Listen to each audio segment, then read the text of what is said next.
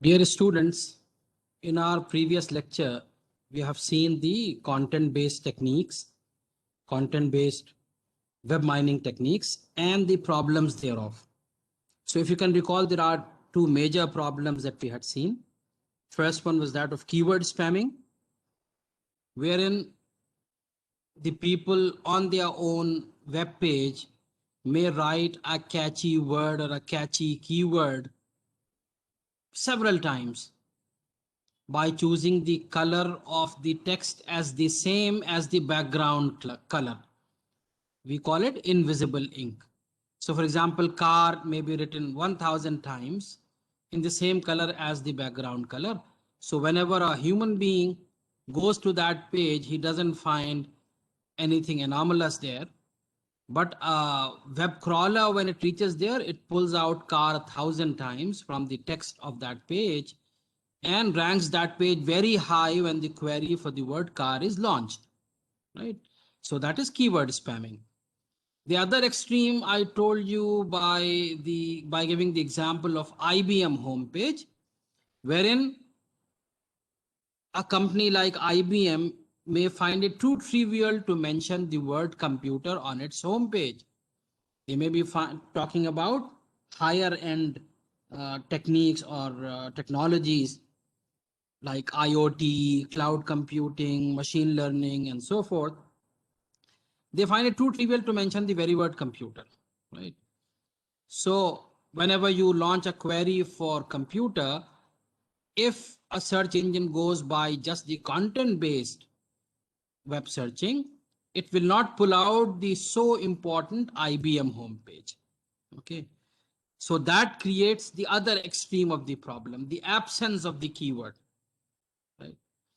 So in order to do away with these couple of problems, people have devised what is called connectivity based or hyperlink based or simply the link based web mining techniques, wherein we are not going by what I have written on my page. I'm going by what others are saying for me. And that we can do using the hyperlink analysis of the web pages. We all know that it is the hypertext which is there on our web pages. So if I'm providing a hyperlink to another page, that means I am giving importance to that page. You may recall the good old saying, a self-praise is no praise. If I'm praising myself too much, that should not be taken seriously because I'm praising myself. But yes, if others are praising me, that is when I can boast about myself. So likewise, connectivity based or link based or hyperlink based web search or web mining, that draws its strength from the fact that others are going to grade a page. So in order to study that further, let us first take the model of the World Wide Web. So let me take the pen. Yes. So let us first take a model of the World Wide Web. The World Wide Web is modeled as a directed graph, digraph, wherein web pages are the nodes and hyperlinks between them are the edges, right? For example, this may be a web page, this may be another web page, and so on. So if a web page is pointing to this page, there is a hyperlink on this page which is pointing to this page, right? So that means this page is giving due importance to this page. That is why it is providing the hyperlink, right? So now I'm not dependent on the contents of this page, rather I'm dependent on the contents of other pages to give due importance to this page. I may keep writing car 1000 times, or I may not even have the two extremes of the problem in this page, but still if there are other pages on car, on the topic car, are pointing to my page, then my page will come automatically on top. So I will model the World Wide Web as a directed graph, wherein each web page will be the node and each hyperlink will be the directed edge, right? So keep this model of the World Wide Web in mind before we proceed to study further about the connectivity based web search. We call it connectivity based because we are considering connectivity by virtue of the hyperlinks. Those hyperlinks are providing the connectivity between several web pages, right? I hope you know what is hyperlink. This is the clickable text, the hypertext, which is available and it is pointing to another page, right? So now the first technique, which was employed in what is called a clever search engine, which was first designed by IBM Almaden Research Center. It didn't become a commercial success for the reasons that I'll tell you later. But let us first understand what was the first attempt towards connectivity-based technique. In this, what we do, every node or every web page is provided with two weights, the hub weight and the authority weight. Web pages which provide the best source of information on a given topic are AP, authority page, which is the sum of the hub weights of all the pages that are pointing to it. For example, you can see on this graph, what is the authority weight of this page? The authority page. So the authority weight of a page will be the sum of all the hub weights of all the pages that are pointing to it. That is what I've written here too. Authority weight of a page P is equal to summation of all HQs. Q such that Q points to P. So this may be Q1, Q2, Q3. These are the pages whose hub weights will be added, and this will give us the authority weight of this page, right? Similarly, we will have, it's called the, hold on, hub. Now, web pages which provide collection of hyperlinks to authorities. Okay, so the hub value of the same page P will be equal to the sum of the authority weights of all the pages that it is pointing to. The same thing I've written here. HP, the hub weight, will be equal to the summation of the authority weights of all the pages Q such that P points to Q. In the previous slide, it was Q pointing to P, but now it is P pointing to Q, right? So if I take you back to the model, now over here, you see that we will have the authority weight and hub weight of all the pages.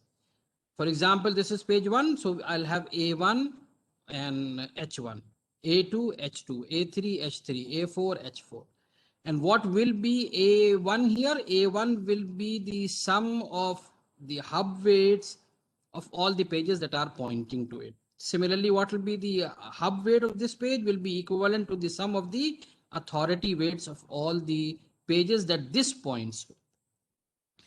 Now, in order to give you a further understanding of this concept, let me give you the example of writing research papers. Research papers are of two kinds. One is the technical paper, the other is a review paper, right? So a technical paper is like an authority paper, and a review paper is like a hub paper, right?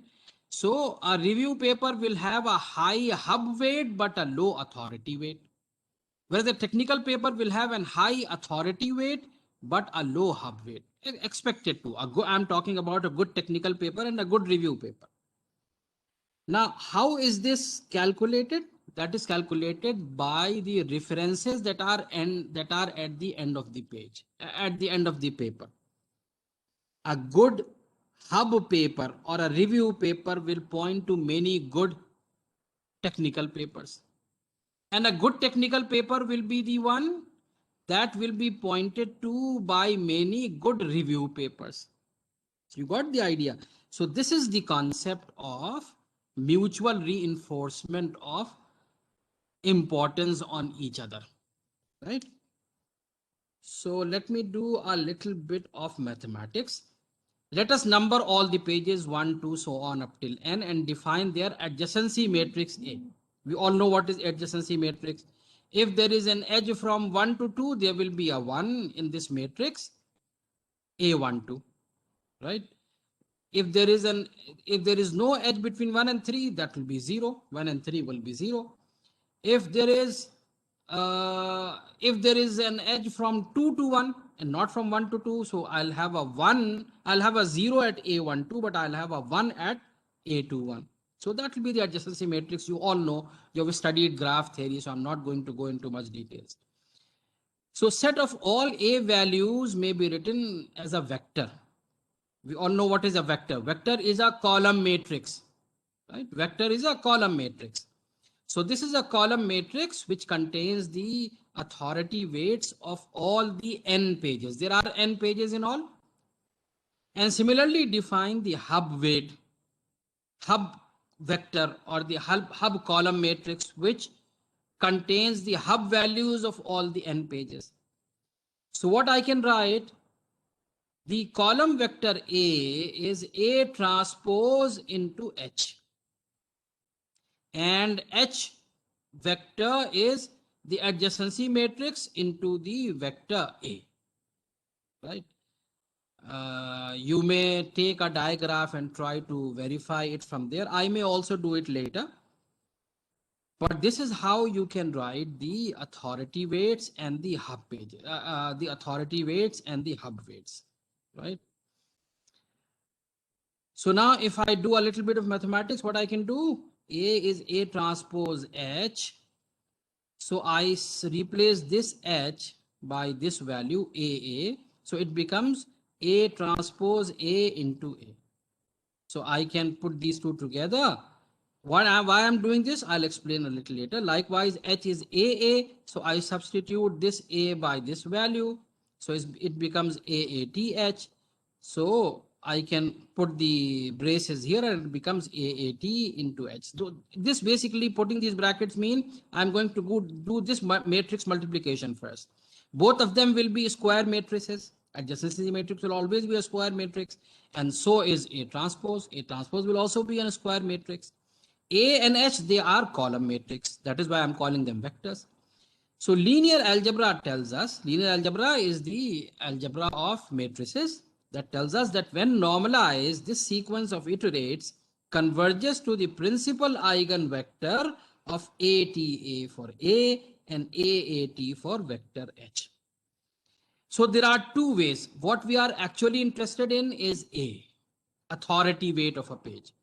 For that, we also have to find out the hub weights, right? And what we should know is the adjacency matrix of the diagraph. So there are two ways of finding the authority weights and the hub weights. One is by mutual reinforcement algorithm. You initialize the hub weights and the authority weights by either equal values or random values, but they should be normalized. This is very important. When normalized, normalized means their sum should be 1.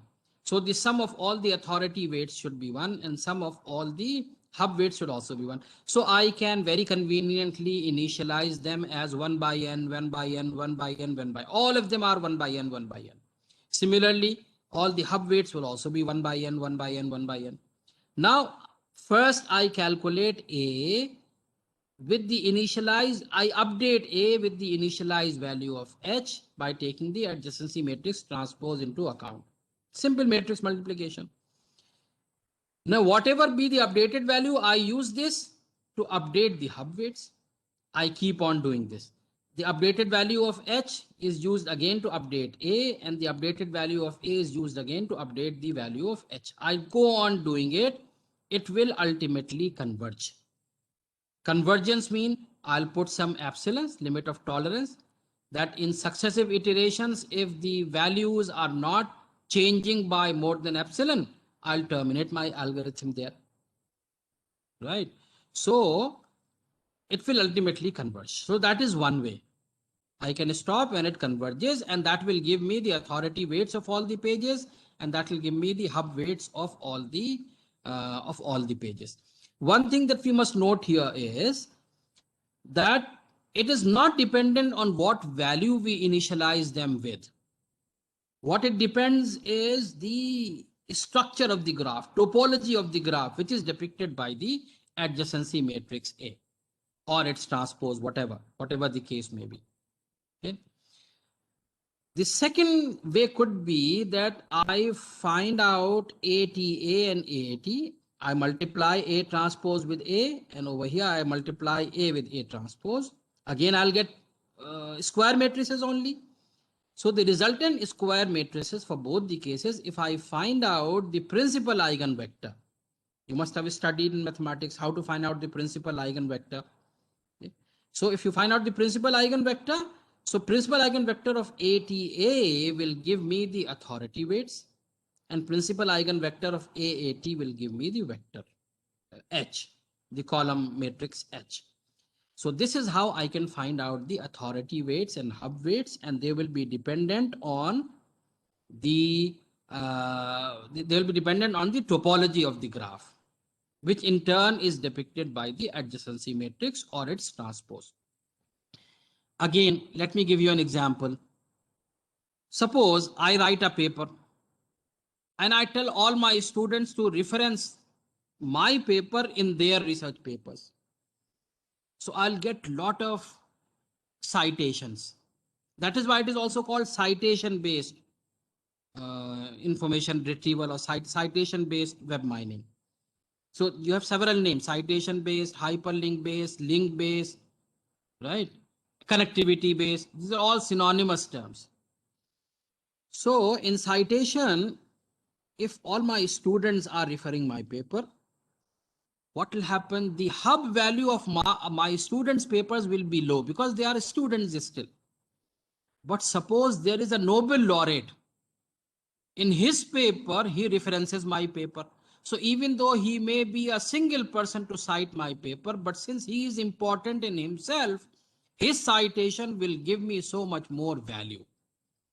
Okay, so this is the idea. I may have written it later also, but before that, let me try to give you an example. Things will become more clear then. So to make things more clear, I have devised an example for you. Let us consider, just hold on. Yeah. Let us consider our directed graph. Suppose this is our World Wide Web. Let me choose the pen again. Suppose this is our World Wide Web, which contains just the 5 pages for the sake of an example. So I'm numbering them without loss of generality. I'm numbering them 1, 2, 3, 4, 5. I could have numbered them in any way: 1, 2, 3, 4, 5, haphazard way, clockwise, anti-clockwise. It doesn't really matter as far as I'm attributing a unique identifier to each web page. So I'm modeling my World Wide Web as a diagraph in which every page is a node and every hyperlink is the directed edge, right? So now for this diagraph, if I write down the adjacency matrix, this will be my adjacency matrix, right? A square matrix, of course, there are 5 nodes. So for the sake of convenience, I have written 1, 2, 3, 4, 5 here. I have written 1, 2, 3, 4, 5 here, right? Now, since there is an edge from one, there is no self loop. So that is why all the diagonal elements are 0, 0, 0. No self loop, right? So there is no 1, 1, there is no 2, 2, there is no 3, 3. So it's all, and even if there had been a self loop, I would have discarded it, because if you remember, self loop means I'm adding my own hyper edge. I'm using the URL of my own page to be linked as a hyper edge on my own page. So spamming is again happening. If you remember, in the keyword spamming, we were doing the same thing. In keyword spamming, I was writing the catchy words in the invisible link.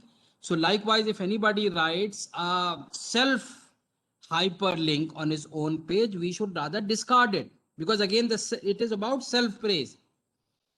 So I'm taking all the diagonal elements to be 0.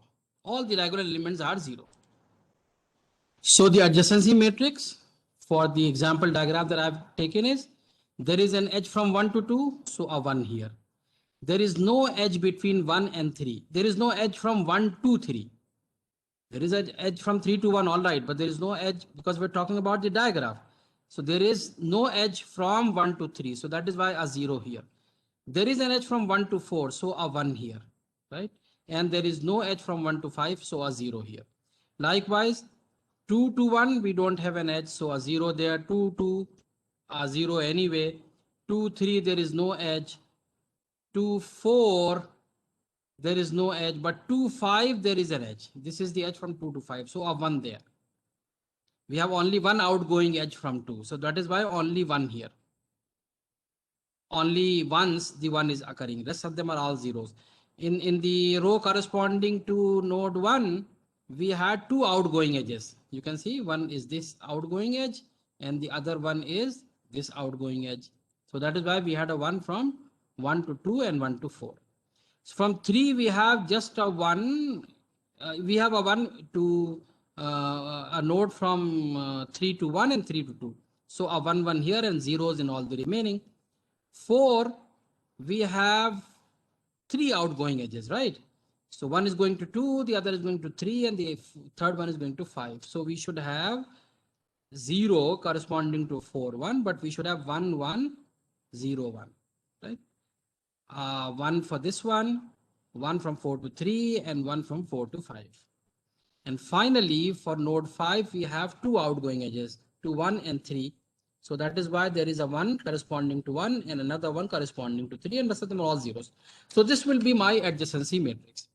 Now this is the formula for the authority weight, which we have seen in the previous slide. I just copied from the previous slide over here.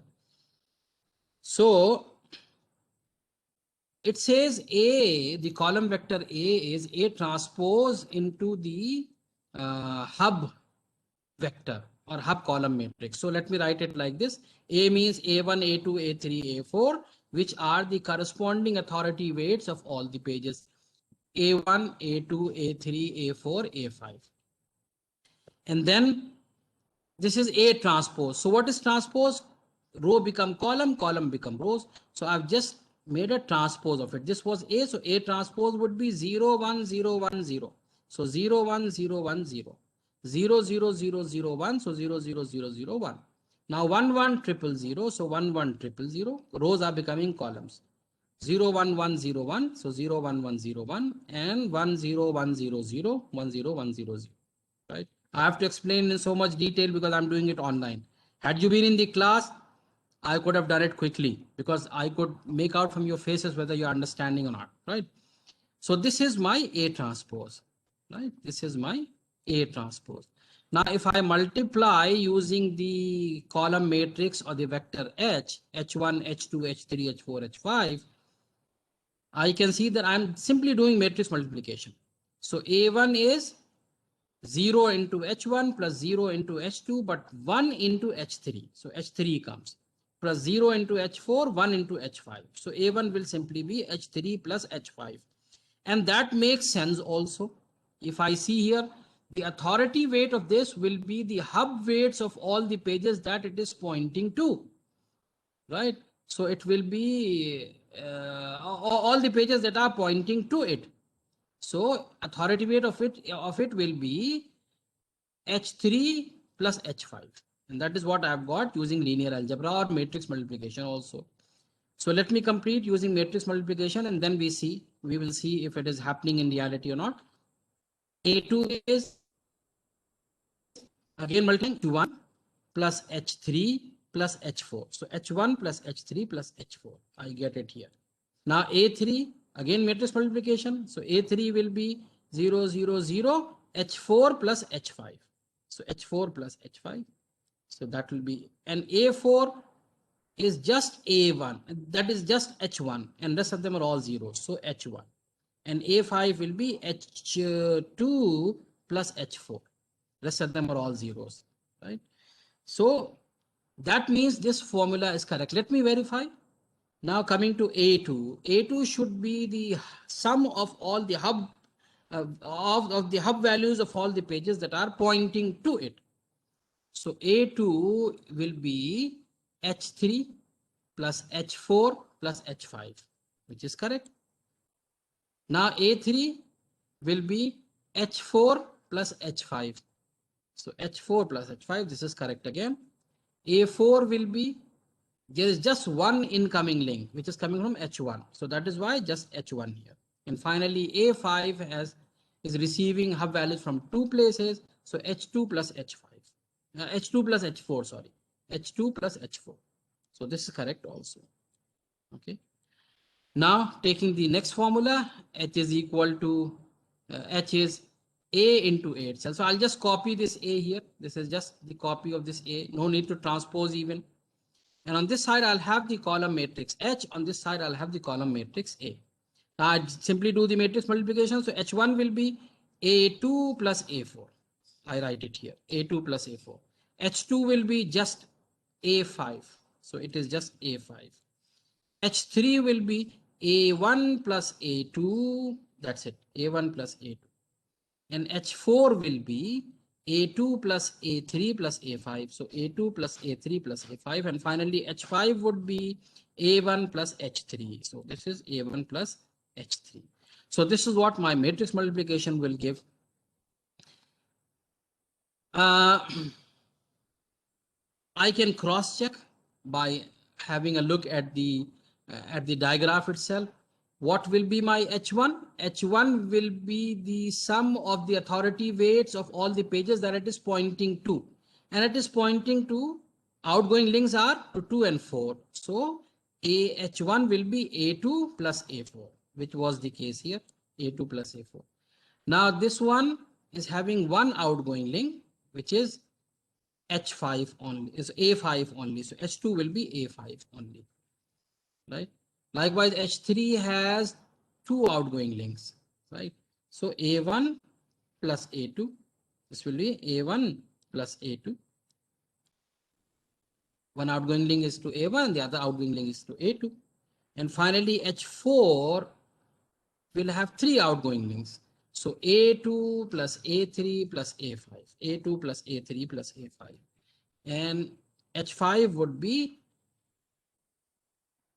there are two outgoing links, so A1 plus A3. So A1 plus A3, right? This will be A1 plus A3. So I have cross-checked using my definition. If you remember, this was our definition of the authority weight and the hub weights. These were the definitions in these two slides. And I converted it into the matrix multiplication. And I've seen that with the help of an example, I've seen that both are the same.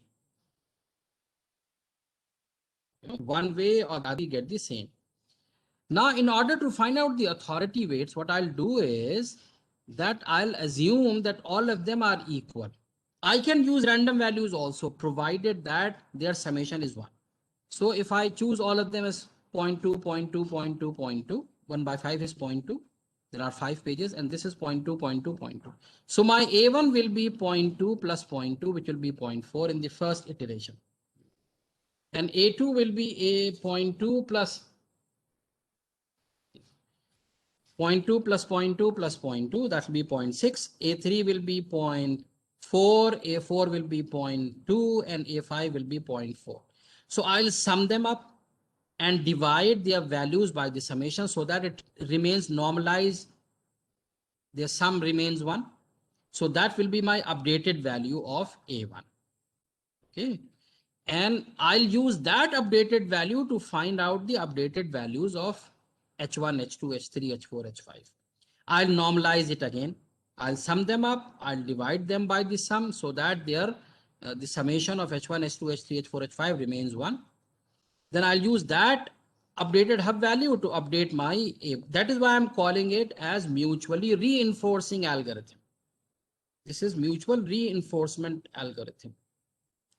In fact, the very first time this algorithm was given, it was called HITS algorithm, hypertext induced text searching, hyperlink induced text searching algorithm. And this was given by a gentleman, Kleinberg, who gave this connectivity based technique for the first time. This is R. Kleinberg. He gave this HITS algorithm, which is a mutually reinforcement algorithm, right? Now giving you the, what is that? One point I wanted to make. Yes, giving you what is its physical significance. You see, if you go to www.yahoo.com, that is a good hub page because it is pointing to many authority weights. You got it? Whereas if you go to a page that contains the information in itself, that becomes a good authority page. Similarly, if you go to news.google.co.in, if you write it, that is a good authority page because it is pointing to many good news items. And the news items in itself, that will become a good authority if it is a breaking news. Okay. So this is the concept of connectivity based, which has further been worked upon in the PageRank algorithm, which we will discuss on the next turn. So this was a good first start for connectivity based web search. Try to go through this lecture and try to understand the concept that I've introduced, and then I'll try to improve upon it in my next lecture. Thank you very much.